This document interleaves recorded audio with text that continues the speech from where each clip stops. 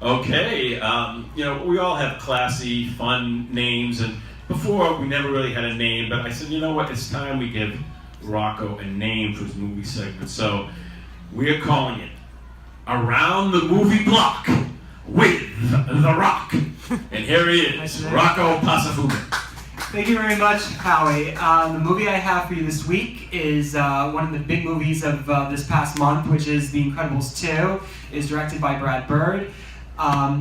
It tells the story of Bob Parr, whose identity is known as superhero family patriarch Mr. Incredible, who is left to care for the kids while his wife Helen, who masquerades as Elastigirl, is out saving the world.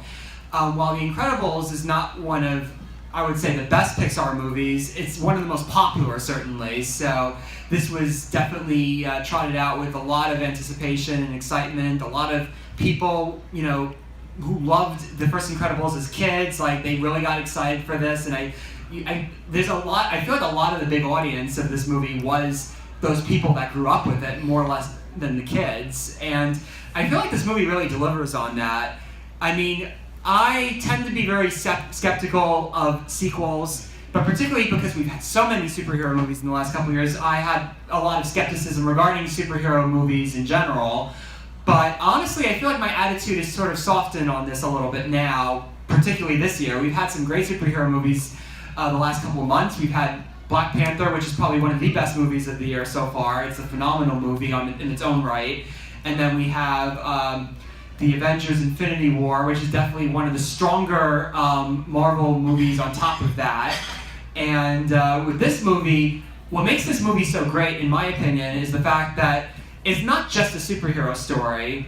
It helps that the fact that, unlike the Marvel movies and the DC movies, this is an original story. So there's none of that sense of predictability and the sense of, you're knowing what you're getting yourself into. This is a story that most people are not going to know, and I think that's one of the movie's strengths. The other aspect of the movie's strengths is the fact that it's not just a superhero story. There's a family aspect to it. It has aspects to it that are relatable beyond people who read superhero comics.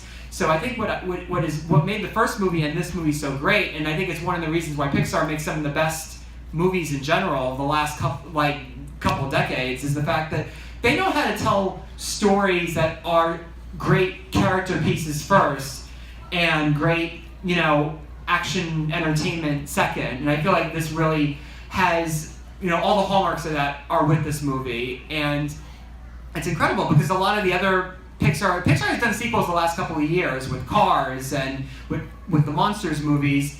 But they've had kind of like a bit of a mixed bag. Like some of them have been really stellar, like the Toy Story movies. And then you have some like Cars and Monsters that are not quite as strong. But I feel like I would put this in the latter category because this particular story, it does what a good sequel should do, which is, expand the story and make you really feel like there's a real reason why it should continue.